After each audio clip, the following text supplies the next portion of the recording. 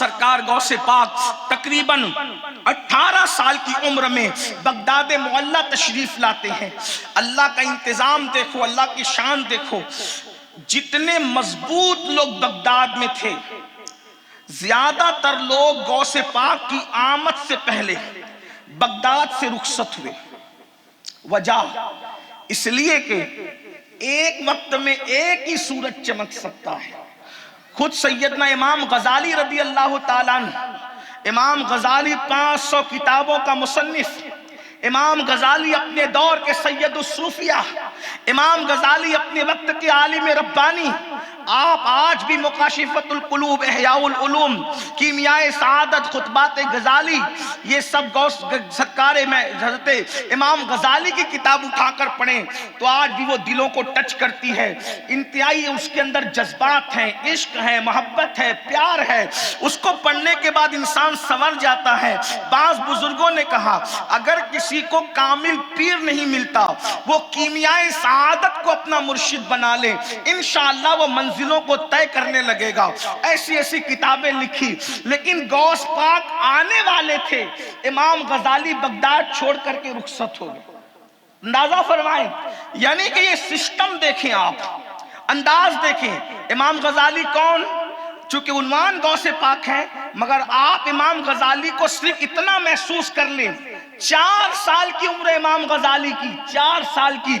استاد نے پوچھا غزالی تجھے دنیا غزالی کہہ کے پکارتی ہے، اپنا نام تو بتا۔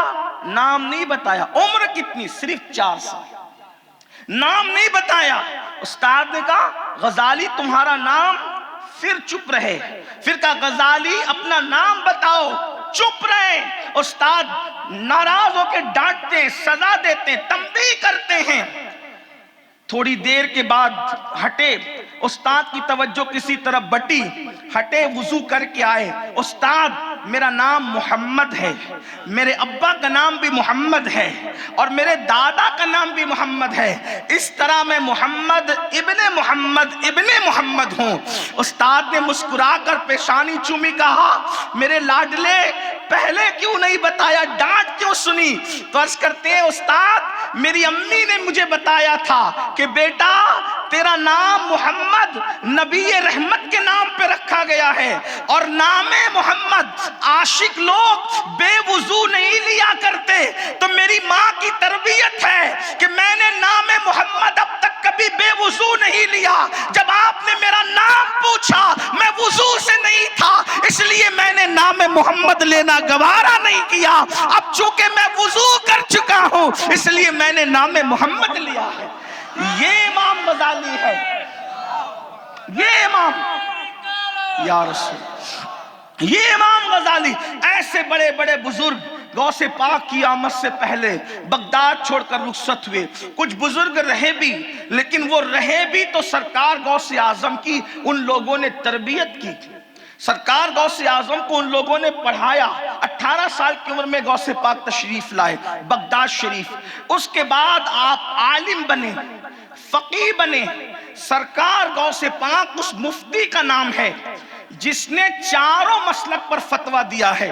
وہ حنفی مسلک پر بھی فتویٰ دیتے تھے، وہ شافعی مسلک پر بھی فتویٰ دیتے تھے، وہ حنبلی مسلک پر بھی فتویٰ دیتے تھے، وہ مالکی مسلک پر بھی فتویٰ دیتے تھے۔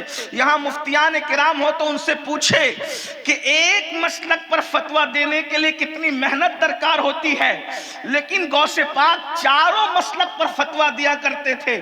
یہ غوث پاک کا علمی مقام ہے، لیکن یہ میرا عنوان نہیں۔ سرکار غوث پاک رضی اللہ تبارک و تعالیٰ عنہ چونکہ آدمی مدرسے میں پڑھاتا ہے، وہ مدرسے میں بھی پڑھاتے تھے، اور اتنے بڑے مدرس تھے غوث پاک کہ ان کے مدرسے سے ہر سال جب دستار بندی جس کو آپ کہہ لیں یا فراغت کہہ لیں یا سنت کی تقسیم کہہ لیں، ہر سال غوث پاک کے مدرسہ قادریہ سے 3000 علماء فارغ ہوتے تھے۔ 3000 تو جس کے مدرسے سے 3000 علماء فارغ ہوں اس کے مدرسے میں پڑھتے کتنے ہوں گے؟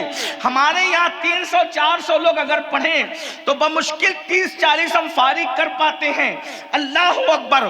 تو جہاں سے ہر سال 3000 علماء فارغ ہوں تو پڑھنے والوں کی تعداد کتنی ہوگی؟ اور یہ بات بھی آپ کو بتا دوں، جتنے وہ طلبہ ہوتے تھے ان سب کے اخراجات سرکار غوث اعظم اپنی جیب خاص سے کیا کرتے تھے، اور ان سب کو کھلانے پلانے کی ذمہ داری حضور غوث اعظم کی تھی۔ اس کا مطلب یہ نہیں کہ آج ہی لوگ 11ویں کے نام پہ کھا رہے ہیں، آج تو کھا ہی رہے ہیں، غوث پاک تو شروع سے کھلا رہے ہیں۔ 3000 علماء اگر فارغ ہوتے ہوں پڑھتے کتنے ہوں گے؟ اور پھر ان فارغین میں کیسے کیسے لوگ ہیں، اللہ اکبر۔ جلال الدین رومی کے دادا استاد، شمس تبریز کے استاد، اندازہ کریں یہ وہ لوگ ہیں جنہوں نے دنیا میں انقلاب پیدا کیا ہے، اللہ اکبر۔ امام یافعی کے دادا استاد، ایسے ایسے بڑے بڑے بزرگ اس مدرسے سے فارغ ہوئے، اللہ اکبر۔ اسی مکتبہ عشق کا ایک بطل جلیل جس نے صلاح الدین ایوبی کے نام سے دنیا میں شہرت پائی، بیت المقدس کو آزاد کرانے والا، میرے غوث کے دسترخوان کے ٹکڑوں کو چننے والا تھا، نور الدین زنگی صلاح الدین ایوبی کو جن لوگوں نے جذبات سے بھرپور کیا تھا وہ سارے مشیر غوث اعظم کے شاگرد ہیں یا مرید ہیں یا مرید کے مرید ہیں۔ ایک انقلاب تھا، آپ نے علمی دریا بہائے، لیکن چونکہ آدمی جب بخاری پڑھائے، مسلم پڑھائے، ترمذی پڑھائے، ابن ماجہ پڑھائے یا کوئی کتاب پڑھائے، منطق پڑھائے، فلسفہ پڑھائے، علم کلام پڑھائے، الہیات کا درس دے، کچھ بھی پڑھائے، وہ پبلک اس سے مستفیض نہیں ہو پاتی۔ پبلک کے لیے بہترین ذریعہ اصلاح کا واعظ و نصیحت اور تقریر ہے، خطاب ہے۔ اس لیے ہر نبی نے خطاب کیا ہے۔ خطاب ایسا ہے جن کو کتاب نہیں سمجھتی ان کو بھی خطاب سمجھتا ہے، اس لیے خطاب کی بڑی اہمیت ہے۔ کتاب بھی لایانی نہیں ہے، میں یہ نہیں کہہ رہا ہوں، لیکن کتاب کسان کو نہیں سمجھتی، کتاب راستے بنانے والے مزدوروں کو نہیں سمجھتی، مگر جب وہ خطاب سنتے ہیں کسی کلندر کا، کسی ملنگ کا، کسی وائز کا، کسی ناصح کا، اور اگر وہ اللہ کی رضا کے لیے خطاب کرے تو پھر بات دل سے نکل کر دل میں اترتی ہے۔ اقبال نے کہا تھا بات جو دل سے نکلتی ہے اثر رکھتی ہے، پر نہیں طاقت پرواز مگر رکھتی ہے۔ تو سرکار غوث اعظم اپنے وقت کے بہترین وائز، بہترین خطیب تھے، لیکن یہ خطیب بنے کیسے؟ غوث پاک کے خطیب بننے کا، وائز بننے کا، مقرر بننے کا واقعہ بھی بڑا دلچسپ ہے۔ سرکار غوث پاک ارشاد فرماتے ہیں ظہر کی نماز کے بعد میں نے اللہ کے رسول کی زیارت کی۔ ابھی اس میں انہوں نے یہ واضح نہیں کیا کہ یہ واقعہ خواب کا ہے یا عالم بیداری کا ہے، اس پر کوئی جو ہے وہ غوث پاک نے وضاحت نہیں فرمائی، لیکن غوث پاک فرماتے ہیں کہ میں نے جو ہے وہ رسول اللہ کی زیارت کی۔ ویسے غوث پاک نے بار بار اپنی ماتی کی آنکھوں سے عالم بیداری میں غوث پاک نے رسول اللہ کا دیدار کیا، مولا علی کا دیدار کیا، انبیاء کے دیدار کیے۔ اس پر کتابیں موجود ہیں، دلیلیں موجود ہیں، اور ہم اہل سنت کے عقیدے میں چونکہ نبی زندہ ہیں تو اگر کوئی دیکھنے والی آنکھ ہو تو وہ عالم بیداری میں بھی رسول اللہ کی زیارت کر سکتا ہے۔ ہمارے بہت سارے بزرگوں نے کیا ہے، خود 14ویں صدی کے مجدد سیدی امام اہل سنت نے بھی عالم بیداری میں رسول اللہ کو زیارت کرنے کا شرف حاصل کیا ہے۔ اللہ اکبر۔ غوث پاک نے بہت دیکھا، بار بار دیکھا۔ غوث پاک فرماتے ہیں ظہر کی نماز کے بعد اللہ اکبر میں نے رسول اللہ کی زیارت کی، ساتھ میں میرے جد کریم، غوث پاک فرماتے ہیں میرے جد کریم مولائے کائنات، خاتم الولایت، قاسم جنت و جہنم، فاتح خیبر سیدنا علی مرتضیٰ بھی ساتھ تھے۔ اس وقت رسول اللہ نے پوچھا بیٹے عبد القادر، آقا دیکھو بیٹا کہہ کے جس کو پکارے کیا شان ہے میرے غوث کی، وہ جسے غلام کہہ دے، اپنے در کا سگ کہہ دے، یہ بھی مقدر کی معراج ہے۔ لیکن کیا نصیب پایا ہے، حالانکہ سارے سادات حضور کے بیٹے ہیں، اللہ اکبر، مگر جو پیا من بھائے وہی سہاگن کہلائے۔ اللہ اللہ، بیٹے تو سب ہیں مگر سب ناز کرتے وہ میرے نانا ہیں، اور ناز کرنے کا حق بھی ہے، مگر غوث پاک ایسا بیٹا ہے جسے رسول اللہ بیٹا کہہ کے پکارتے ہیں۔ میرے بیٹے تم واز کیوں نہیں کرتے، تقریر کیوں نہیں کرتے، خطاب کیوں نہیں کرتے؟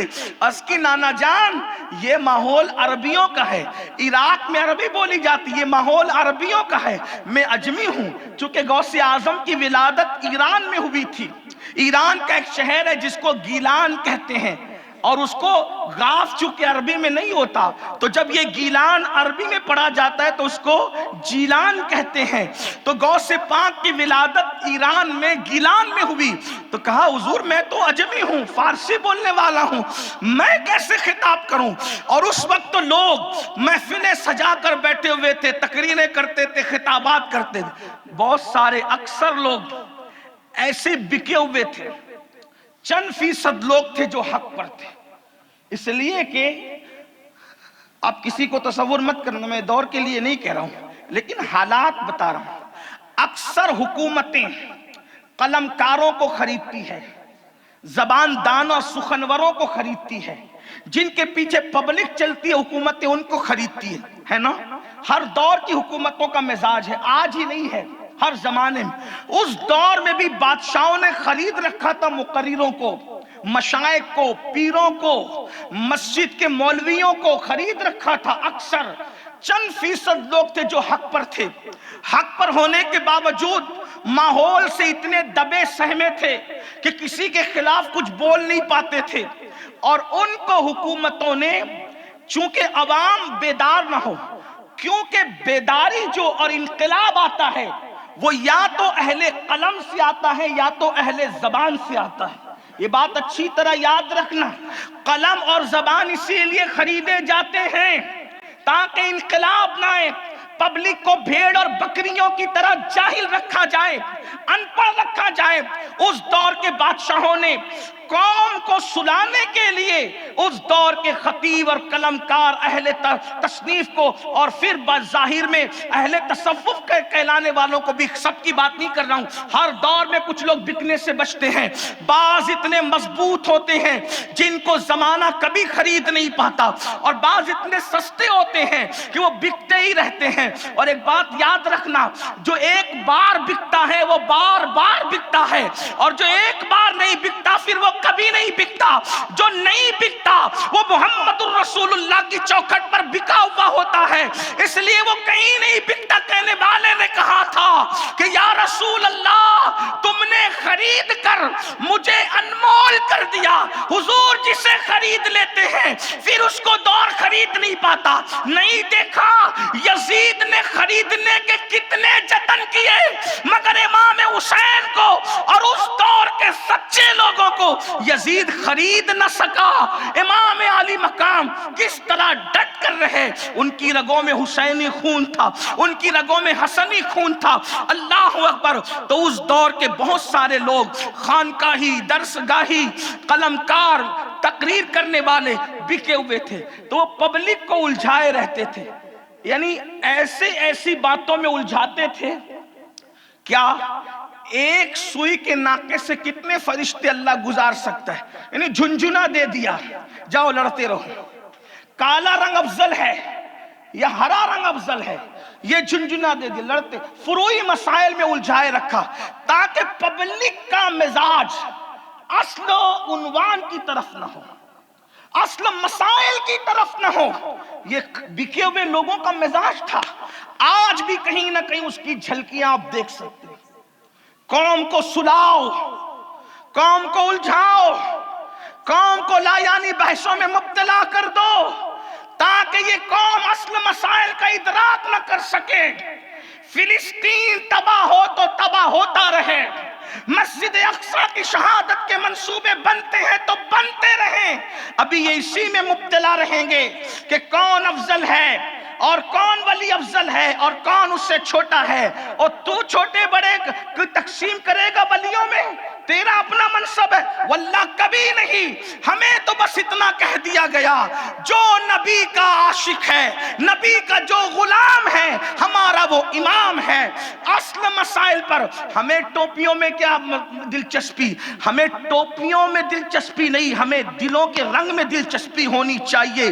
ہمیں اللہ اکبر یہ سلسلہ افضل یا وہ سلسلہ افضل، اس جھنجھنے کو بجانے کی بجائے ہمیں یہ سوچنا چاہیے کہ قوم غربت کی سطح سے بھی نیچے گر چکی ہے، اس قوم کو ہم اوپر کیسے اٹھائیں گے؟ بچیاں اور بچے مرتد ہو رہے ہیں، ان کا ایمان کیسے بچائیں گے؟ اس دور میں بھی جھنجھنے بجائے جا رہے تھے۔ آج کے دور کے حالات سے میں کچھ کم واقف ہوں، اس لیے آج کے دور پر کوئی تبصرہ نہیں کر سکتا، اور اگر کروں گا تو شاید اپنے آپ پہ ضبط نہیں کر سکوں گا۔ کہنے والے نے کہا ہے، اپنے بھی خفا مجھ سے ہیں بیگانے بھی ناخوش، اپنے بھی خفا مجھ سے ہیں بیگانے بھی ناخوش، میں زیر حل کو کبھی کہہ نہ سکا قند، کچھ کہوں تو کہا نہیں جاتا، چپ رہوں تو رہا نہیں جاتا۔ کیسے لا یعنی مسائل میں الجھایا تھا، شاید اس کی کچھ جھلک آپ دیکھ سکتے ہیں، لیکن تمہیں محسوس کرنا ہے وہ دور آج سے 900 سال پہلے کا دور تھا، اور یہ ٹیکنالوجی کا دور ہے، کمپیوٹر کا دور ہے، سائنس کا دور ہے۔ چاند پر لوگ اللہ اکبر جانے کے منصوبے بنا رہے ہیں، چاند پر لوگ پانی تلاش کر رہے ہیں۔ مسلمانوں، اگر ہم اسی میں الجھے رہیں گے کہ تیرا باپ بڑا کہ میرا باپ بڑا، تو ایجوکیشن پر کب منصوبہ بناؤ گے؟ ایجوکیشن پر کب پلان بناؤ گے؟ غربت کے خاتمے کے لیے کب کوششیں کرو گے؟ ہاسپیٹل اپنے خود کے بنانے کے لیے کب کوششیں کرو گے؟ حیرت ہے، تمہارے بچے پیدا ہوتے ہیں تو مشرکین پر پہلی نظر پڑتی ہے، اور جب تمہارے بڈھے مرتے ہیں تو مشرک ڈاکٹروں کو دیکھتے دیکھتے مرتے ہیں۔ کبھی اس کا خیال کیا، کبھی اس کی فکر تمہیں ہوئی؟ کیونکہ تمہارے پاس خود کے ہاسپیٹل نہیں ہے۔ اگر تمہارے پاس خود کے ہاسپیٹل ہوتے تو تمہارا بچہ مومن ڈاکٹر کو شکل پہلے دیکھتا، اور تمہارا بڈھا دنیا سے جاتے جاتے کسی مومن ہی کو دیکھتے دیکھتے دنیا سے جاتا۔ لیکن افسوس ہے، ہمیں اس کی فکر کب ہے؟ ہم تو اور کسی چیز میں لگے ہیں۔ اب بھی یہ مسئلہ لوگ چھیڑ رہے ہیں کہ نبی کو علم تھا کہ نہیں تھا، غیب کی خبر تھی کہ نہیں۔ آپ بتائیے، جھنجھنے دیے جا رہے ہیں۔ میں کہتا ہوں، ارے نادان، جب تیرا داماد ان پڑھ تو گوارا نہیں کرتا تو خدا اپنا محبوب ان پڑھ کیسے گوارا کر سکتا ہے؟ جب تو داماد ڈھونڈنے نکلتا ہے تو تو ڈگری دیکھتا ہے۔ سوچ تو صحیح، جس کو تو نے داماد بنایا ہے ڈگریوں کے بغیر نہیں بنایا، تو خدا نے جس کو اپنا محبوب بنایا ہوگا وہ کتنی ڈگریوں والا ہوگا۔ جہاں سے سب کی عقلیں ختم ہوتی ہے، وہاں سے محمد الرسول اللہ کے طلبوں کا آغاز ہوتا ہے۔ سبحان اللہ، نعرہ تکبیر، نعرہ رسالت، خاندان اہل بیت۔ نبی زندہ ہے کہ مر گئے؟ معاذ اللہ، یہ جھنجھنے تمہارے نبی بھی مر کے مٹی میں مل سکتا ہے؟ نبی بھی مر کے مٹی میں مل سکتا ہے؟ حیرت ہے۔ اور تم ہوٹلوں پر بیٹھ کر اسی پہ بحث کر، ارے یہ کیا باتیں ہیں؟ جب ایک دانہ ایک کسان زمین میں ڈالتا ہے تو دانے دو قسم کے ہوتے ہیں، ایک کو مٹی کھا جاتی ختم ہو جاتا ہے، ایک کو مٹی نہیں کھا پاتی، اس سے پودا نکلتا ہے، اور اس سے کئی پودے۔ جو خدا دانے کی زمین میں حفاظت کر سکتا ہے، کیا وہ اپنے نبیوں کی حفاظت نہیں کر سکتا؟ کیسے بات کرتے ہیں؟ نبی اپنی طرح ہے کیا ہے؟ میں نے کہا اپنا ابا بھی اپنی طرح نہیں ہے، کیونکہ اپنے آپ کو دیکھو تو کچھ نہیں ملتا، باپ کو دیکھو تو مقبول حج کا ثواب ملتا ہے۔ اپنا ابا بھی اپنی طرح نہیں ہے۔ جس کا باپ اپنی طرح نہیں ہو، اس کا رسول پاک اپنی طرح کیسے ہو سکتا ہے؟ لیکن یہ سب تمہیں جو ہے وہ الجھائے رکھا، ہاتھ یہاں باندھے کہ یہاں باندھے۔ میں نے کہا او ہاتھ باندھنے کے چکر میں پڑنے والے، دل میں عشق رسول بسا، پھر کہیں بھی باندھ، تیری نماز کی معراج ہو جائے گی۔ ہم لوگ کہاں شافعیوں سے جھگڑنے جاتے ہیں، وہ بھی تو ہم سے اوپر باندھتے ہیں، لیکن لڑنے نہیں جاتے۔ کیوں؟ کیونکہ وہ امام شافعی کے سچے مقلد ہیں، اور وہ عشق رسول دل میں رکھ کر ہم سے اوپر باندھتے ہیں۔ ہم نے کہا اوپر نیچے کا سوال نہیں، سوال تو دل کا ہے. دل میں اگر آمینہ کا لال بستا ہے تو پھر نیچے باندھ یا اوپر باندھ وہ نماز عرش تک جاتی ہے. امام مالک کے سچے مقلدین ہاتھ چھوڑ کے پڑھتے. ہم نے ان سے کب جھگڑا کیا؟ وہ تو باندھتے بھی نہیں ہے، چھوڑ کے پڑھتے، لیکن ہم ان کی پیشانیاں چومتے. کیوں؟ کیونکہ امام مالک کے سچے مقلد ہیں. ہم ان سے کہتے ہیں نہ بھی باندھ چھوڑ دے، نہ چھوڑنے کا سوال ہے نہ پکڑنے کا. یہاں تو دامن مصطفیٰ پکڑنے کی اہمیت ہے نا. تو یہ جھنجھنے 1857 کے بعد تقسیم ہوئے، آپ کو لایانی معاملات میں الجھایا گیا. تو اس دور میں بھی حکومتوں نے، یہ حکومتوں کا چکر ہے عزیز، ورنہ مسلمان کب منتشر تھا؟ اور اب بھی 80% امت متحد ہے. 20% ادھر ادھر ہوئی اور اس میں 2.5% ہے جو بہت بدترین ہو گئے. ہاں میں غصے میں نہیں کہہ رہا ہوں، یہ 2.5% اس لیے نکل گئے ہیں کہ جب آدمی مالدار ہوتا ہے تو 2.5% مال کا میل زکوٰۃ کی شکل میں نکال دیتا ہے. تو اسلام بھی غالب ہو گیا، بہت مالدار ہو گیا اسلام، اس لیے 2.5% ان گستاخوں کو نکال دیا گیا وسیم رضوی جیسوں کی شکل میں. ہاں مال کا میل نہیں رکھ، سلمان رشدی کی شکل میں نکال دیا گیا. اسی طریقے سے اور بھی تسلیمہ کی شکل میں نکال، یا اس جیسے اور اس جیسے گروہ ہوں گے. ورنہ جو سچا نبی کا کلمہ پڑھتا ہے وہ تو بے وضو نبی کا نام بھی لینا گوارا نہیں کرتا، نبی کا نام آنے پہ وہ سر جھکاتا ہے.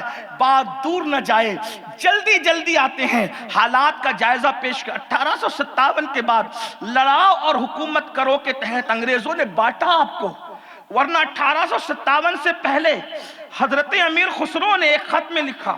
امیر خسرو نے آج سے کم و بیش 600-650 سال پہلے ایک خط میں لکھا، کہا میں اس دلی میں رہتا ہوں جس دلی کے اندر دریا کی جو مچھلی ہے وہ مچھلی بھی سنی ہے. یعنی سنیت کا غلبہ کتنا تھا. اس وقت سب لوگ مزارات پہ فاتحہ پڑھنے والے تھے، اس وقت سب لوگ نبی کی میلاد کرنے والے تھے، اس وقت سب لوگ نبی کے ڈنکے بجانے والے. الگ عنوان ہے، لیکن بہرحال انگریزوں نے بڑا دماغ چلا، شاطر ظالم نے، تن کے گورے من کے کالے انگریز نے. کاش اگر دوسرے مکاتب فکر کے میرے جوان آئے ہیں، میں کوئی تعصب سے نہیں کہہ رہا ہوں، میں تو بانگے درا کے طور پر گھنٹی بجا رہا ہوں.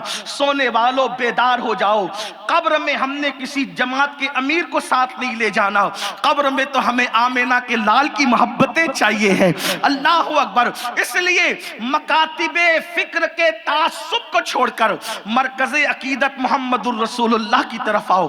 ان علماء کی پیروی کرو جو سچے عشق کی بات کریں، محبت رسول کی بات کریں، عشق رسول کی بات کریں، عشق اہل البیت کی بات کریں، عشق اصحاب رسول کی بات کریں. لا یعنی جھگڑوں میں نہ الجھو ورنہ معاملہ بکھر جائے گا. حضور کی ذات لڑنے کے لیے نہیں، حضور کی ذات تو نقطہ اتحاد تھی، مرکز عقیدت ہے، محبتوں کا مرکز ہے. تو بہرحال وہی ہوا کچھ کیا؟ غوث پاک کے دور میں خطیب بکے، ادیب بکے، مقرر بکے، قلمکار بکے، بکنے والے بکے، لیکن کچھ لوگ نہیں بکے. تو غوث پاک سے حضور نے فرمایا تم خطاب کیوں نہیں کرتے؟ کیونکہ تم جیسوں کی ضرورت ہے دین کو. عرض کی حضور میں عجمی ہوں وہ عربی ہیں. فرمایا تم بھی تو عربی جانتے ہو، حضور ان عربیوں میں میں خطاب کیسے کرتا؟ تو فرمایا میرے قریب آؤ. اور اللہ کے رسول نے قریب بلایا اور قریب بلا کر 7 مرتبہ اپنا لعاب غوث پاک کے منہ میں ڈالا. لعاب رسول غوث پاک کے منہ میں 7 مرتبہ. اور پھر مولا علی کو اشارہ کیا تو مولا کائنات نے 6 مرتبہ ڈالا. غوث پاک نے پوچھا دادا جان، نانا نے تو 7 بار، آپ نے 6 بار. کہا بیٹا ادب کی وجہ سے، اگر وہ 7 بار ڈالتے میں بھی 7 بار ڈالتا ہوں تو لوگوں کو برابری کا شائبہ ہوگا. ایک قدم پیچھے تاکہ پتہ چلے جب علی برابری کا دعویٰ نہیں کرتے تو کسی اور ذلیل کو برابری کا دعویٰ کرنے کا حق کیا ہے. وہ علی جس کے بیٹے بے مثال ہیں، وہ علی جس کی آل میں اتنے ولی ہوں کہ نام لیتے لیتے راتیں ختم ہو جائے، کبھی نہ اولاد علی کی فہرست ختم نہ. اندازہ کریں، وہ کہہ رہے ہیں کہ میں نے 6 بار اسی لیے ڈالا. بہرحال پھر غوث پاک فرماتے ہیں کہ پھر خطاب، تقریر میرے اندر ایسی آتی تھی جیسے لوگوں کو الٹیاں، میں کنٹرول نہیں کر پاتا تھا. اور پھر بولنا شروع کیا.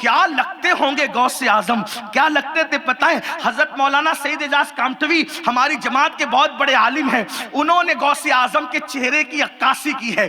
انہوں نے خواب میں رسول اللہ کا دیدار ہوا تو انہوں نے ایک منقبت لکھی تھی پوربی زبان میں، مورے سپنا ما درشن دکھائے گئے اورے مورے غوث الورا، مورے سپنا ما درشن دکھائے گئے اورے مورے غوث الورا، مورا سوتے میں بھاگ جگائے گئے اورے مورے غوث الورا۔ اور مکتے میں کہتے ہیں چاندنی مجھ کو اعجاز پھیکی لگے، ایسے اچھے ہیں وہ، چاندنی مجھ کو اعجاز پھیکی لگے، ایسے اچھے ہیں وہ، اور کرن مجھ کو سورج کی دھندلی لگے، ایسے اچھے ہیں وہ، جس کے آگے سورج کی کرن دھندلی ہے وہ میرے غوث کا چہرہ ہے، جس کے آگے چاند کی چاندنی پھیکی ہے وہ میرے غوث کا چہرہ۔ کہتے ہیں اللہ اکبر، چاندنی مجھ کو اعجاز پھیکی لگے، ایسے اچھے ہیں وہ، اور کرن مجھ کو سورج کی دھندلی لگے، ایسے اچھے ہیں وہ، کیسا نوری مکھڑوا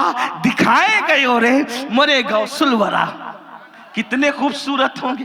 میں غوث پاک کی توجہ کو اپنی طرف مائل کرنے کے لیے یہ آخری بند جو ہے اس کو اپنے انداز میں پڑھنا چاہتا ہوں، آپ بھی شامل ہو تو کھو سکتے ہیں، میں پڑھتا ہوں ذرا اس میں شامل ہو۔ غوث پاک کی طرف توجہ کر کے کہتے ہیں مورے سپنا ما درشن دکھائے گئے رے، دکھائے گئے رے مورے غوث الورا، مورا سوتے میں بھاگ جگائے گئے رے، جگائے گئے رے مورے غوث الورا۔ چشمہ بغداد کا جب لگا آنکھ پر، دیکھا طیبہ نگر، دیکھا طیبہ نگر، جانب مکہ جب بھی اٹھی ہے نظر، دیکھا طیبہ نگر، دیکھا طیبہ نگر، مورے من مدینہ بسائے گئے رے، بسائے گئے رے مورے غوث الورا۔ غم کی ظلمت ہٹی، رات کالی کٹی، اور اجالا ہوا، اور اجالا ہوا، راستے سے مصیبت کی ظلمت چھٹی، اور اجالا ہوا، اور اجالا ہوا، مورے آشا کا دیپ جلائے گئے رے، جلائے گئے رے مورے غوث الورا۔ مکتا کہتے ہیں چاندنی مجھ کو اعجاز پھیکی لگے، ایسے اچھے ہیں وہ، ایسے اچھے ہیں وہ، اور کرن مجھ کو سورج کی دھندلی لگے، ایسے اچھے ہیں وہ، ایسے اچھے ہیں وہ، کیسا نوری مکھڑوا دکھائے گئے رے، دکھائے گئے رے مورے غوث الورا۔ کتنے خوبصورت لگتے ہوں گے، حسنی رنگ ہے، حسینی رنگ ہے، اور محفل میں جب آپ کرسی پر بیٹھتے تھے خطاب کرنے کے لیے تو پورا مجمع آپ کے لیے کھڑا ہو جاتا تھا، اور جب خطاب کرتے تھے تو لوگ دائیں بائیں دیکھنے کی ہمت نہیں کرتے تھے، ایسا لگتا تھا جب وہ چپ ہوتے تھے تو لوگ اپنی سانسوں کی آواز گن سکیں، اتنا سناٹا ہوتا تھا۔ اور جب خطاب شروع کرتے تھے کہتے تھے الحمدللہ، پھر چپ ہو جاتے، پھر دوبارہ کہتے تھے الحمدللہ۔ لوگ کہتے تھے دو بار کیوں کہتے؟ کہ پہلی بار اس لیے کہتا ہوں کہ پوری دنیا کے سارے ولی میری آواز سن کر سب کام چھوڑ کر عبدالقادر جیلانی سرکار کا خطاب شروع ہو گیا، پوری دنیا کے اولیاء۔ میں کہتا ہوں لوگ آج فخر کرتے کہ مجھے انٹرنیٹ پہ پوری دنیا دیکھتی ہے، میں نے کہا انٹرنیٹ پر دیکھتی ہے نا، میرے مرشد کو تو بغیر انٹرنیٹ پر سارے دنیا کے ولی سنا کرتے تھے۔ ہاں یہ اور بات ہے کہ تو انٹرنیٹ پر ایمان لایا، ہم اللہ کے ولیوں پر ایمان لائے، ہم اللہ کی قدرت پر ایمان لائے۔ تو بہرحال آپ کے خطاب میں بڑی تاثیر، لوگ بدلتے تھے، توبہ کرتے تھے۔ صلاح الدین ایوبی کا گھرانہ کیسے ایمان لائے؟ یہ لوگ مسلمان نہیں تھے، غوث پاک کی برکت سے ان کو ایمان کی دولت نصیب ہوئی، بڑے بڑے لوگ ایمان لائے۔ تو غوث پاک خطاب کرتے تھے، آپ کے خطاب میں طریقہ یہ تھا کہ جب غوث پاک آتے تھے، ہمارے نہیں عنوان طے ہوتا ہے، جیسے آج ہی ہمارے حاجی فاروق صاحب نے یہ محفل رکھی تو حافظ اکرم صاحب نے اس کو چھپوا دیا، جشن غوث اعظم، مطلب مقرر کو پتا ہے اس کو بولنا کیا ہے۔ کل اونا میں تھے رحمت عالم کانفرنس، پیر باپو نے پہلے ہی بتا دیا رحمت للعالمین پہ، ایسے ہی ہر جگہ ہوتا ہے، پھر بھی ہم لوگ ویسا بول نہیں پاتے جیسا بولنا چاہیے، ہے نا؟ غوث پاک کا حال یہ نہیں تھا، آپ قاریوں کہتے تھے قرآن پڑھ، اس کی مرضی، وہ جو آیت پڑھتا تھا غوث پاک اسی پہ خطاب کرتا۔ ہاں، اب آئیے ان کا خطاب اب شروع کرتا ہوں۔ اصل عنوان آج یہ ہے، کیا خطاب تھا، اور خطاب میں کرامتیں بہت سنی، ہم مخالف نہیں کرامتیں، خطاب کیا ہے؟ سرکار غوث پاک فرماتے ہیں اگر تم نیک بننا چاہتے ہو، دیکھو نیک دو قسم کے لوگ ہیں، اسی پہ بات اب پوری ہوگی، ٹائم اچھا خاصا ہو گیا ماشاءاللہ، بات اس پہ پوری ہوگی جلدی جلدی، بہنوں کی بھی سب کی توجہ، جو لوگ انٹرنیٹ پر دور دور سن رہے اب ان کی بھی توجہ، کیونکہ اب میری بات ختم ہے، اب مرشد کی بات ہے، مرشد بول رہے ہیں اور ہم سن رہے ہیں۔ اگر تصور کرو تو 900 سال پہلے بغداد چلے جاؤ تصور میں کہ ہم انہی کی محفل میں بیٹھے، بلکہ ہماری ہر محفل انہی کی ہے، ہم تو غلام ہیں، نوکر ہیں، سگے در ہیں، بس ان کی نقل کر رہے ہیں، ورنہ ہے کیا اپنے پاس؟ مجرم بھی کسی کو نصیحت کرتا ہے، ہم مجرم لوگ ہیں، ہم کیا نصیحت کریں؟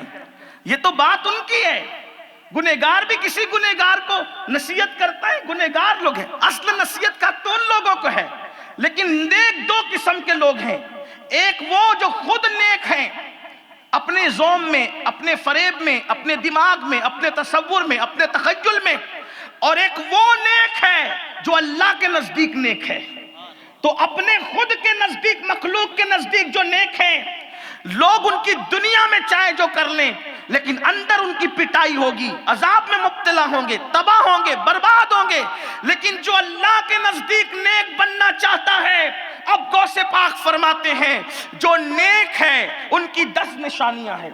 غوث پاک فرماتے ہیں جو اللہ کے نزدیک نیک اور متقی بننا چاہتا ہے، ریاضت و مجاہدے والا بننا چاہتا ہے، اس کی 10 نشانی ہے، 10 نشانی جس میں ہو جائے وہ نیک ہے، اللہ کے نزدیک نیک ہے، رسول اللہ کے نزدیک نیک ہے۔ اب وہ 10 نشانی کیا ہے؟ اپنے ضمیر کی عدالت میں آج خود کھڑے ہو کر کے اپنے دل سے فیصلہ کرنا، کیا یہ میرے اندر موجود ہے؟ کیا میرے اندر یہ موجود ہے؟ واقعی میں نیک ہوں، ہاتھ میں تسبیح ہے، بغل میں مصلی ہے، موبائل کے اندر قرآن ہے، تلاوت بھی ہے، داڑیاں بھی ہے، ٹوپی بھی ہے، لیکن غوث پاک فرماتے ہیں جو سچے نیک لوگ ہیں ان کی 10 نشانی ہے۔ فرماتے ہیں پہلی نشانی یہ ہے جو سچا نیک ہوتا ہے وہ قسم نہیں کھاتا، وہ قسم کھانے سے بچا کرتا ہے۔ عنوان دیکھیں کیا عنوان ہے، اللہ اکبر، فرماتے قسم مت کھاؤ، قسم کھانے سے بچو۔ یہ جھوٹی قسم کی بات نہیں ہو رہی ہے، سچی قسم بھی مت کھاؤ، اپنے دنیاوی معاملے میں قسم مت کھاؤ۔ نیک لوگوں کی نشانی ہے کہ وہ قسم نہیں کھاتے، جھوٹی تو کبھی نہیں کھاتے، وہ سچی بھی نہیں کھاتے۔ دنیا کے معاملے میں سچی بھی قسم، قسم کا مطلب کیا ہے؟ آج تو سودا بیچتے ہوئے لوگ قسم کھاتے ہیں، آج تو چند پیسوں کے عوض لوگ قسم کھاتے ہیں، آج تو سبزی بیچتے ہوئے لوگ قسم کھاتے ہیں۔ اللہ فرماتا ہے میرے نام کو قسموں کا نشانہ نہ بناؤ، جو میرے نام کی جھوٹی قسم کھاتا ہے میں اس کی 7 پشتوں پہ لعنت کرتا ہوں۔ اپنے بچوں سے محبت نہیں، سچی بھی مت کھاؤ، دنیا کے ماں حتی الامکان قسم کو چھوڑنے کی کوشش کرو، مت کھاؤ، کیونکہ بات بات پر قسم کھانے والا اللہ کے رسول فرماتے کہ جھوٹا ہے۔ جھوٹے آدمی کی پہچان یہ ہے کہ وہ قسمیں زیادہ کھائے گا۔ قسم مت کھاؤ، سچی بھی مت کھاؤ۔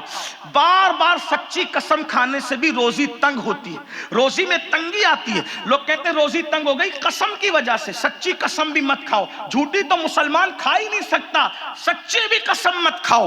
قسم کھانے سے پہلے نیک کی پہلی نشانی ڈھونڈو، اپنے اندر ڈھونڈ لو۔ مسجدیں بھرنے پہ گھمنڈ ہے تمہیں، داڑیوں کی تلاش خراش میں گھمنڈ ہے تمہیں.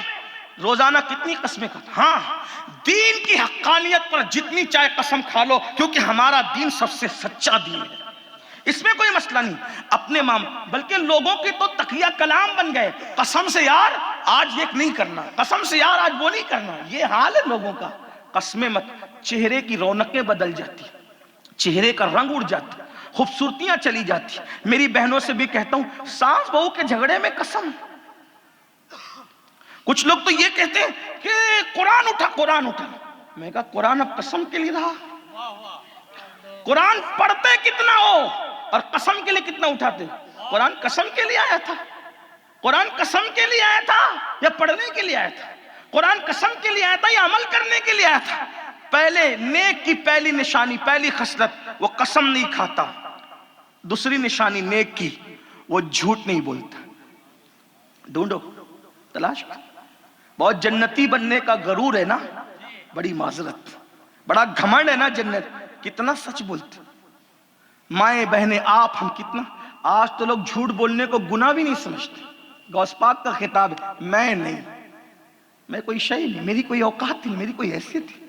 یہ تو غوث پاک فرما رہے. کیا دوسری نیک کی دوسری خصلت, دوسری خوبی, وہ جھوٹ نہیں بولتا. ہم لوگ کتنا جھوٹ بولتے ہیں یار, کتنا. مسجد میں بیٹھ کے بھی جھوٹ بولتے ہیں لوگ, مسجد میں بیٹھ کے, گھر میں بیٹھ کے جھوٹ بولتے ہیں. جھوٹ آج لوگ کچھ سمجھتے ہیں. اللہ کے رسول سے پوچھا گیا, یا رسول اللہ کیا مومن جھوٹ بول سکتا ہے؟ فرمایا نہیں, جھوٹ منافق بولتا ہے, مومن نہیں بولتا. جھوٹ, سچائی کہاں گئی؟ آج ہمارے بچے ہم سے جھوٹ سیکھ رہے ہیں. ان کو جھوٹ سیکھنے کے لیے کہیں جانا نہیں ہے, وہ ماں باپ سے جھوٹ سیکھ رہے ہیں. ماں جھوٹ بول رہی ہے, ابا جھوٹ بول رہے ہیں, دادا جھوٹ بول رہے, دادا, سب جھوٹوں کا ماحول ہے.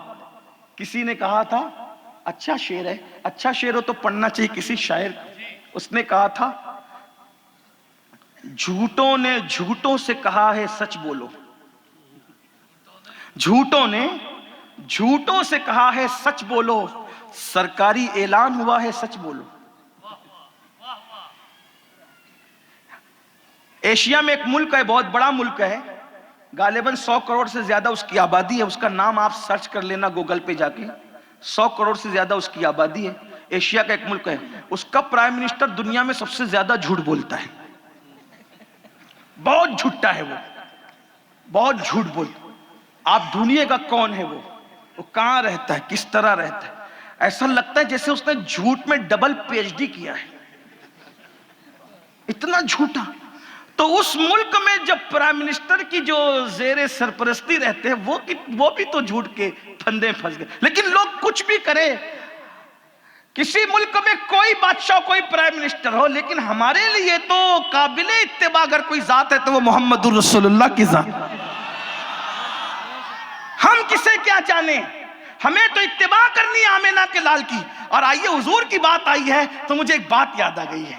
حضور کتنے سچے تھے, حضور کے دشمن بھی ان کی سچائی کی گواہی دیتے تھے. جس کے دشمنوں نے کہا انت صادق الوعد الامین, وہ محمد الرسول اللہ کی ذات. اور ایک روایت یاد آئی, سچ بولنے سے چہرہ چمکتا ہے. لوگ سمجھتے ہیں کہ اچھے صابنوں سے چہرہ چمکتا ہے, اچھے فیس واش سے چہرہ چمکتا ہے, اچھے کریم سے چمکتا ہے, لیکن کچھ دیر کے لیے. اگر کوئی استعمال کرتا ہے تو مجھے کوئی اعتراض نہیں ہے, میری اپنی طبیعت میں کوئی دوسری چیز ہے. میں تو بہت پرانے خیال کا اظہار میں آپ کو دبانا نہیں. اگر فیس واش, اچھا صابن, اچھا کریم آپ استعمال کرتے, اس میں اگر کوئی ناجائز چیز کی ملاوٹ نہیں ہے, آپ کر سکتے ہو, زینت اچھی چیز ہے. لیکن کتنی بھی محنت کر لو چہرے پر, وہ چند گھنٹوں چمکے گا, بعد میں ویسی ہوگا. یہ جو دنیا, فلمی دنیا کے اور جو کیمرے کے سامنے لوگ آتے ہیں سچ سنور کر, آپ کبھی ان کو نیند سے اٹھنے کے بعد ایک بار دیکھ لو. ہاں صحیح کہہ رہے ہیں, واللہ کوئی ہنسانے کی بات نہیں, میں ویسے اس کو پسند بھی نہیں کرتا کہ حضور کی محفل میں کوئی ہنسے, ایسی کوئی بات. لیکن آپ ان کو دیکھیں, آپ جن پہ رشک کرتے ہو نا, اگر آپ بن سنور کے شادی میں گئے اور دوستوں نے کہتے تو فلاں خان صاحب کی طرح دکھ رہا ہے, تو اس کو 4 لک میں اور وہ بڑھ جاتے اس کے کھانے کے لیے, مجھے فلاں خان صاحب کی طرح کہہ دو. وہ تو تیری توہین کی اس نے, کیونکہ وہ خان صاحب جس سے تجھے تشبیہ دے رہا ہے وہ تو زانی ہے, وہ تو شرابی ہے, وہ تو اسکرین پر آ کے ناچتا ہے, تجھے دیکھ کر تو یہ ہونا چاہیے کہ تو محمد الرسول اللہ کا غلام نظر آ رہا ہے. ارے جب تو ایسا ہے تو تیرا محبوب کیسا ہوگا, یہ تیرے لیے فخر کی بات ہے. ہاں مجھے کسی خان صاحب سے کوئی چڑ نہیں ہے, لیکن بات یہ ہے میں کوئی خان صاحب کا مخالف نہیں, کوئی خان صاحب تو برا نہیں مانے, ہم امام احمد رضا خان کے ماننے والے لوگ ہیں. ہاں ہم برادریوں کے اندر اختلاف نہیں کر, لیکن امام وہ خان سے اس لیے نفرت ہے کہ وہ اسکرین پہ آ کے زنا کرتا ہے, گندگی کرتا ہے ہیروئنوں کے ساتھ, شراب پیتا ہے, شراب کو پرموٹ کرتا ہے وہ. لیکن یہ جو ہمارا ہے جسے ہم امام احمد رضا خان کہتے ہیں, وہ ایسا خان ہے جو جب منہ کھولتا ہے تو محبت رسول کی بات کرتا ہے. اسی لیے ہم ان کو اپنا امام کہتے ہیں. کیوں کہتے ہیں؟ وہ کہتے ہیں عشق تیرے صدقے جلنے سے چھٹے سستے, جو آگ بجھا دے گی وہ آگ لگائی ہے. ہمیں کیا ہے؟ تو عرض یہ کر رہا تھا, آپ خوش ہوتے, مجھے ہیرو کہہ دیا. میرے بھائی ہیرو وہ نہیں ہے, وہ تو ہزاروں لاکھوں روپے میک اپ پہ خرچ کرتا ہے. اصل ہیرو تو تم لوگ, محمد الرسول اللہ کے غلام. کبوتر نہ بنو, باز بنو, باز. اپنے اندر سے کبوتروں کی صفتیں ختم کرو, کووں کی صفتیں, باز بنو, باز. سرکار مجھے باز سے اس دن سے پیار ہو گیا ہے, حالانکہ میں پرندوں سے ایسے دل لگانے والا آدمی, لیکن باز سے مجھے اس لیے پیار, میرا پسند کا پرندہ ہے باز, میں اس سے بہت پیار کرتا ہوں. اس کی وجہ یہ ہے, جس دن سے سنا غوث پاک فرماتے ہیں انا البازی و اشہب کل شیخین, کہتے ہیں میں ولیوں کی کائنات کا باز ہوں. تو میں نے کہا باز تجھ میں کچھ رکھا ہے, تبھی میرے مرشد نے تجھ سے مشابہت اعلان کیا ہے. کہتے ہیں انا البازی و اشہب کل شیخین, میں ولایت کی دنیا کا باز ہوں. پھر میں نے باز پر بہت پڑھنے کی کوشش, حالانکہ کوئی پڑھا لکھا نہیں ہوں, لیکن پیچھے لگا کہ یہ باز ہے کیا. تب مجھے پتا چلا کہ باز سب سے اونچا اڑتا ہے, کوئی پرندہ اس کے برابر نہیں اڑتا. غوث پاک نے ایک جملے میں کتنی بڑی بات کہہ دی. کیا کہہ رہے؟ انا البازی و اشہب, میں ولیوں کی کائنات کا باز ہوں. باز, باز کو آپ کیا کہتے ہیں اپنی زبان میں؟ ایگل. اور اس کو اور بھی کچھ لوگ کہتے ہیں عقاب, عقاب بھی اس کو کہتے ہیں. اس کو باز کا غوث پاک نے, باز, میں باز ہوں. وجہ وہ سب سے اونچا, کوئی کوا, چڑیا, کبوتر, ابابل اس کے برابر نہیں اڑ سکتے. غوث پاک کہہ رہے ہیں میں ولیوں کی دنیا کا باز ہوں, یعنی کہ وہ آسمانوں کی طرف اڑتا ہے, میں خدا کی معرفت کی طرف اڑتا ہوں. جیسے اس کے برابر کوئی اڑ نہیں پاتا, ویسے میرے برابر کوئی معرفت کی طرف جا نہیں سکتا. پھر دوسری چیز توجہ فرمائیں, غوث پاک فرماتے کیا میں باز ہوں. تو باز کو جب میں نے پڑھا تو پتا چلا کہ سارے پرندے مردار کھاتے ہیں, باز مردار نہیں کھاتا, کسی کا کیا ہوا شکار نہیں کھاتا, وہ تازہ تازہ خود شکار کرتا ہے اور اپنا شکار خود کھاتا ہے. یعنی وہ دوسروں کے ٹکڑوں پہ نہیں پلتا, بلکہ وہ خود روزی کما کر کے کھایا کرتا ہے. اے بازو, کب تک کبوتر بن کے رہو گے؟ باپ کے مال پہ کب تک آنکھیں لال کرتے رہو گے؟ اپنی جوانی پر تمہیں افسوس نہیں ہوتا؟ بوڑھے باپ کے مال پر راج کرتے ہو, بوڑھے باپوں کو ستاتے ہو, بوڑھے ماں باپ کو تنگ کرتے ہو اور نکامے پھرتے ہو, نہ کوئی کام ہے نہ کوئی کاروبار ہے, بس اچھا موبائل, اچھی گاڑی, اچھے کپڑے اور شان سے پھر رہے. اللہ اکبر, خود کماؤ. اگر باپ اربوں پتی ہے, خربوں پتی ہے, بادشاہ ہے, پھر بھی کمانے کی عادت ڈالو, اس لیے کہ اسلام میں سب سے بہترین روزی وہ ہے جو انسان اپنے ہاتھ سے کما کر کھاتا ہے.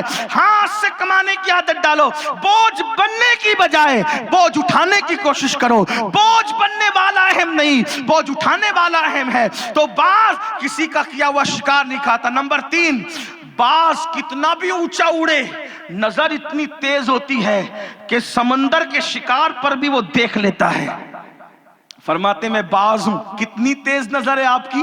کہتے نظر تو الی بلاد اللہ جماع, میں اللہ کے شہروں کو ایسے دیکھتا ہوں جیسے تم ہتھیلی پر رائی کا دانہ دیکھتے. بہرحال کبوتر نہ بنو با, یہ زنا کے اڈوں پہ جا رہے ہو, ایک کووں کی صفت ہے تمہاری نہیں. کوے کرتے رہے, کووں کو کرنے دے, آپ کا کام نہیں. شراب کووں کا کام, آپ کا. میں کوے کسے کہہ رہا ہوں آپ سمجھ سکتے ہیں, نہیں سمجھے تو مسجدوں کے امام سے پوچھ لیں. آپ باز ہو. کوا گندگی پہ بیٹھتا نا, غلاظت پہ بیٹھتا نا, تم گناہ کی غلاظت پہ بیٹھنے والے نہیں ہو. بلکہ باز تو کبھی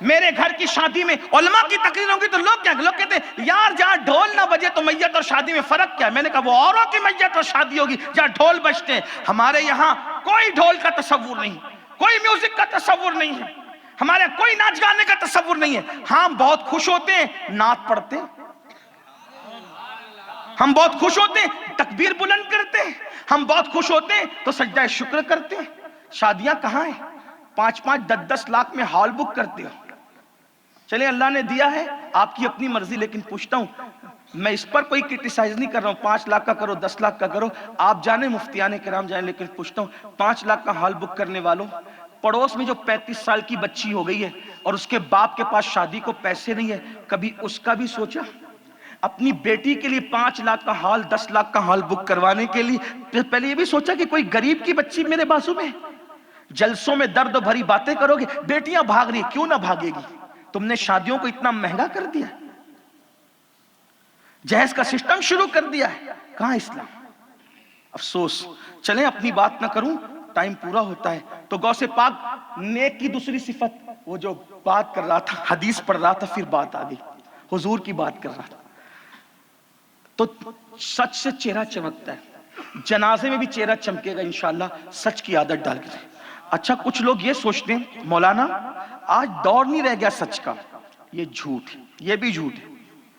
دور کوئی ہو، شریعت مصطفیٰ جان رحمت کی اٹل ہے۔ ارے حضرت جھوٹ سچ بولیں گے تو پکڑے جائیں گے، یہ ہوگا وہ ہوگا۔ میں نے کہا ہو نا یار، کوئی کیا کر لے گا؟ جان لے گا نا، جان لے گا، صرف جان لے گا، شہید ہو جاؤ گے۔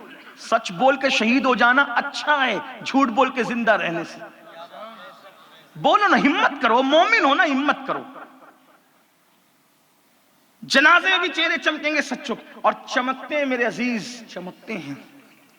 تو ایک مرتبہ ایسا ہوا، حضور تھے بہت خوبصورت، یہ میں بار بار بیان کر چکا ہوں بہت بار، اور میرا بہت خوبصورت عنوان ہے، مجھے تو ایسا لگتا ہے کہ مجھے یہی بولنا چاہیے، لیکن لوگوں کا خیال ہے نا، لوگ یہ نہ سمجھے کہ یار انہیں تو اور بھی کچھ بولنا چاہیے تھا، تو اس لیے لوگوں کا ذوق ہے اپنی طبیعت کی بات کرنے کی بجائے کچھ آپ کی معلومات میں دوسرا اضافہ بھی تو ہمیں کرنا چاہیے نا۔ تو حالانکہ وہ اتنے خوبصورت تھے، روایت پڑھتے پڑھتے زندگی ختم ہو جائے ان کی خوبصورتی ختم نہ ہو۔ بلکہ ایک جملہ کہہ دوں بات سمجھ میں آ جائے گی، لوگ حسین ہوتے ہیں، میرے آقا سراپا حسن تھے۔ حسین یوسف ہیں، حسن مصطفیٰ ہیں، حسین پر انگلیاں کٹی، حسین کو دیکھ کے انگلیاں کٹی، حسن کے نام پر آج بھی لوگ اپنے سروں کو کٹا رہے ہیں۔ وہ حسن ہے اے سید ابرار تمہارا، اللہ بھی ہے طالب دیدار تمہارا، کیوں دید کے مشتاق نہ ہو حضرت یوسف، اللہ کا دیدار ہے دیدار تمہارا۔ اور میرے امام کہتے ہیں وہ کمال حسن حضور ہے کہ گمان نقص جہاں نہیں، یہی پھول خار سے دور ہے، یہی شمع ہے کہ دعا نہیں، اور کہتے سر تاب قدم ہے تنے سلطان زمن پھول، لب پھول، دہن پھول، زکن پھول، بدن پھول، واللہ جو مل جائے میرے گل کا پسینہ، مانگے نہ کبھی عطر نہ پھر چاہے دلہن پھول، دندان و لب و زلف و رخ شاہ کے فدائی ہے، در عدن لال یمن مشک ختن پھول، دل اپنا بھی شیدائی ہے اس ناخن پاکا، اتنا بھی مہے نو پہ نائے چرخے کوہن پھول، اور کیا بات رضا اس چمنستان کرم کی، زہرا ہے کلی جس میں حسین اور حسن پھول، اللہ کی سرتاب قدم شان ہے یہ، انسان نہیں انسان، وہ انسان ہے یہ، قرآن تو ایمان بتاتا ہے انہیں، ایمان یہ کہتا ہے میری جان ہے یہ۔ بہت خوبصورت۔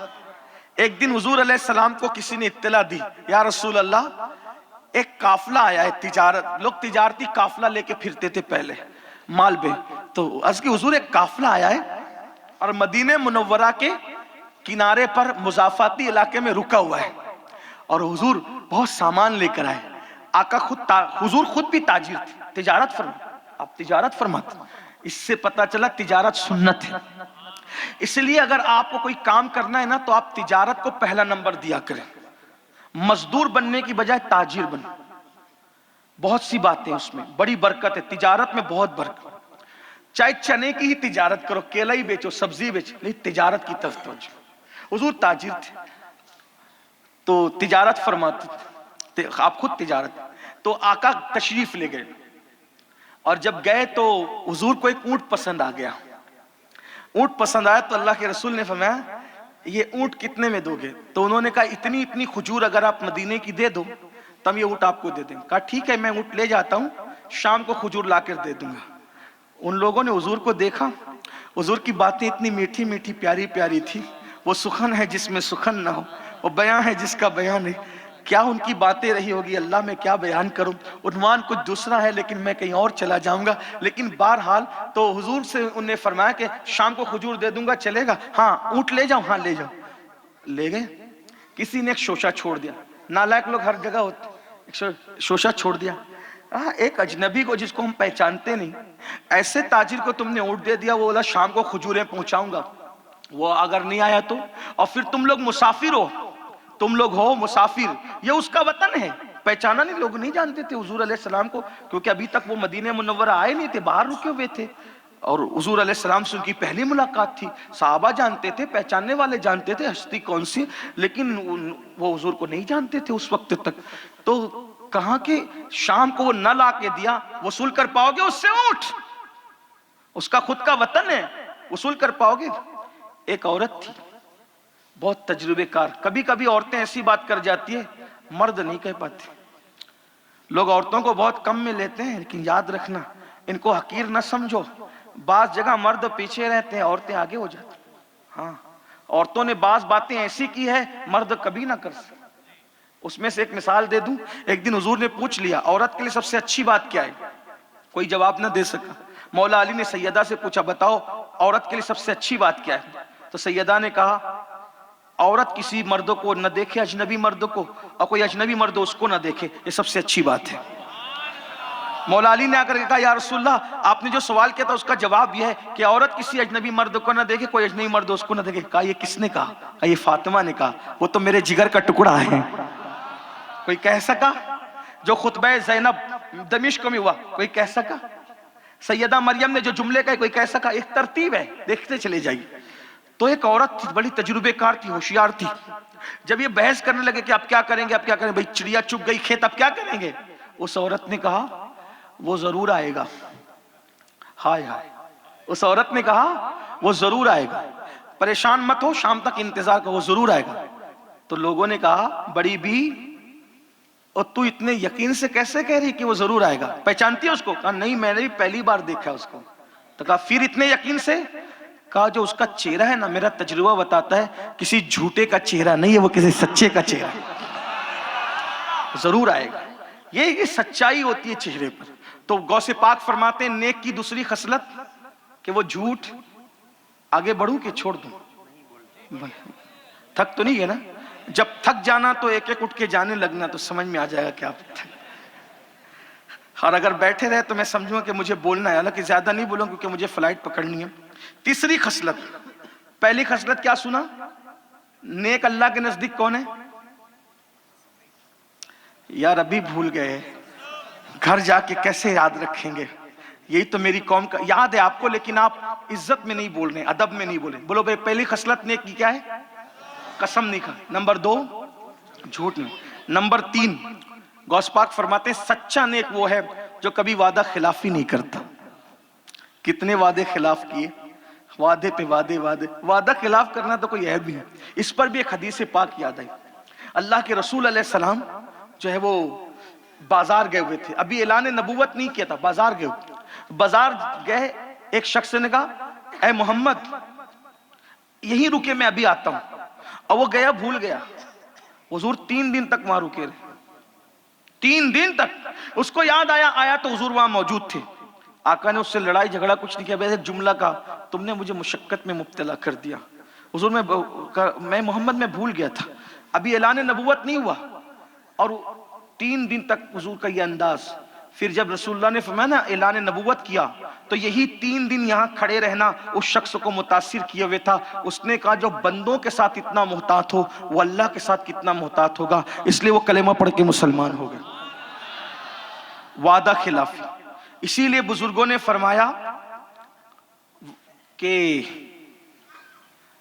اگر آدمی شہید ہو جائے تو شہید کے سب گناہ معاف ہو جاتے ہیں، لیکن وعدہ اور قرض معاف نہیں ہوتا۔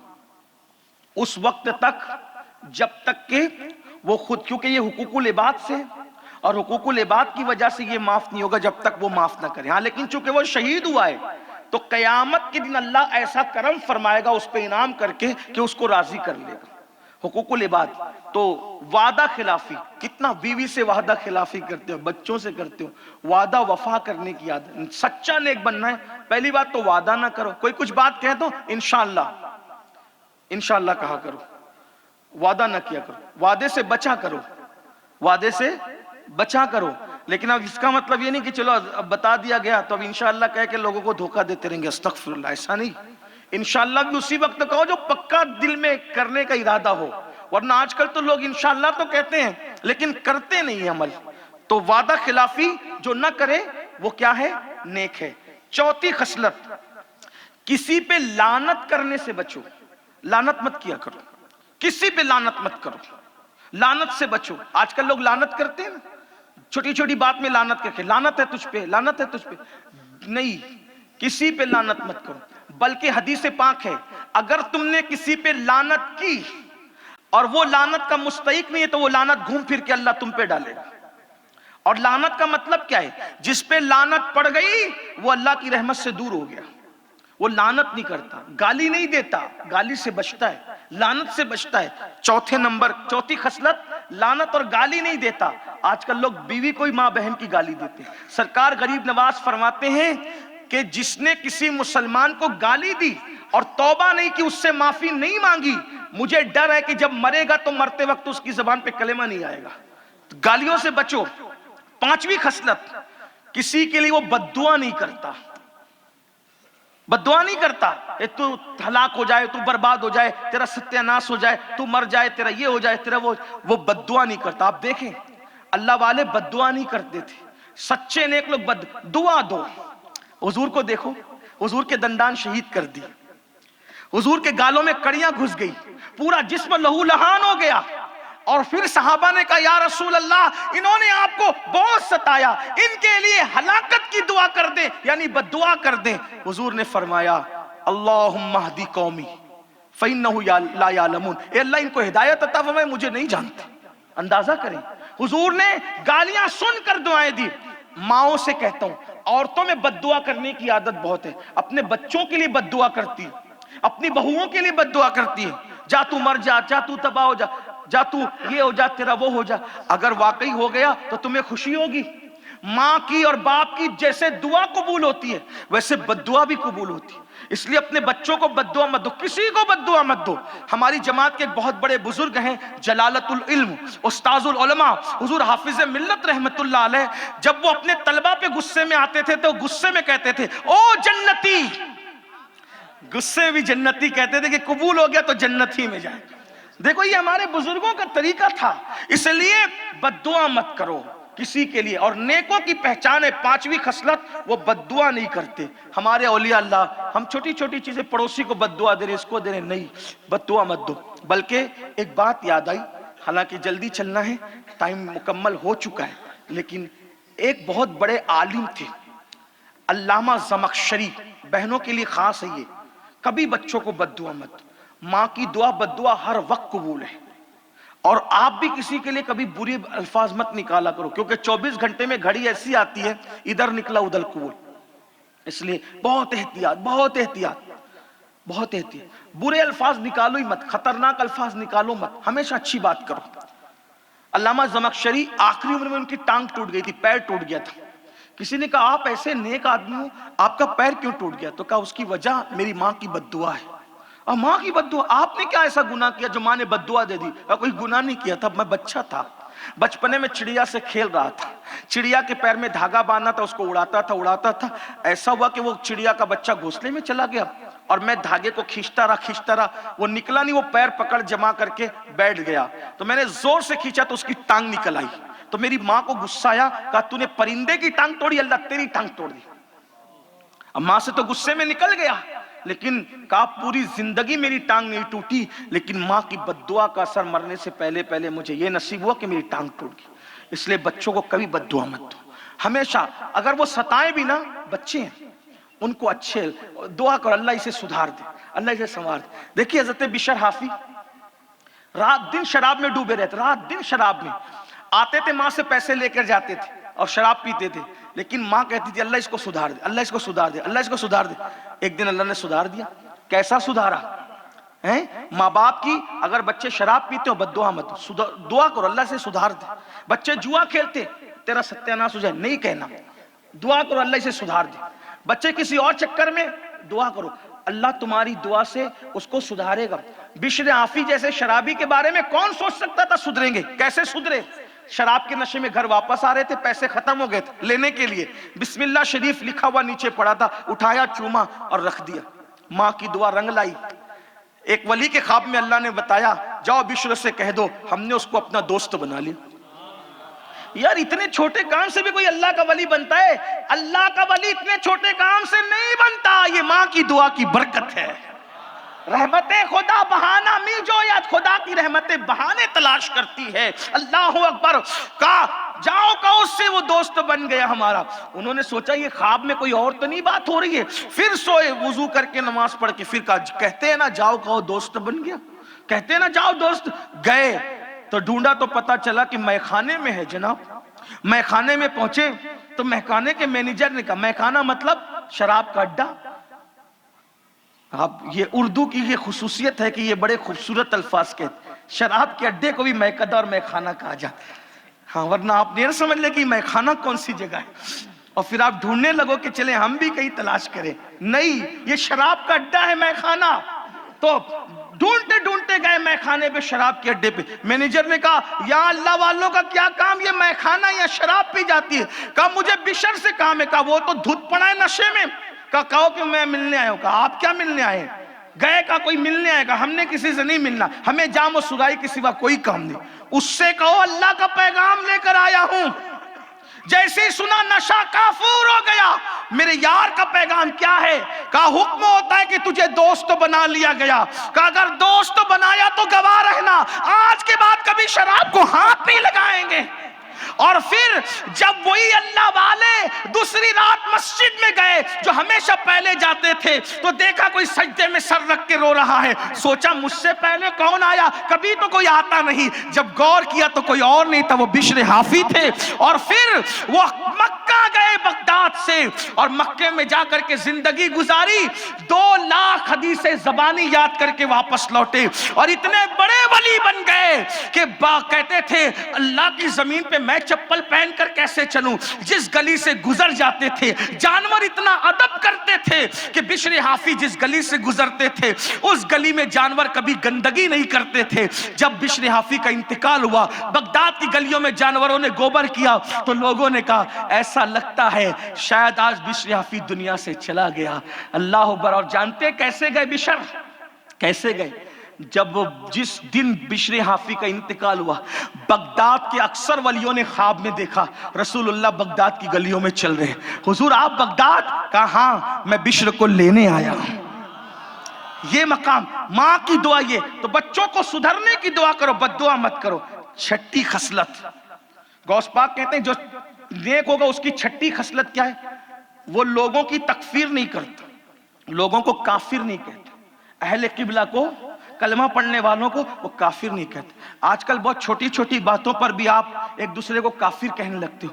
نہیں، حدیث پاک ہے اگر تم نے کسی کو کافر کہا اور وہ کافر نہیں تھا تو آپ کافر ہو جاؤ گے. اس لیے کافر کہنے سے بچا کرو.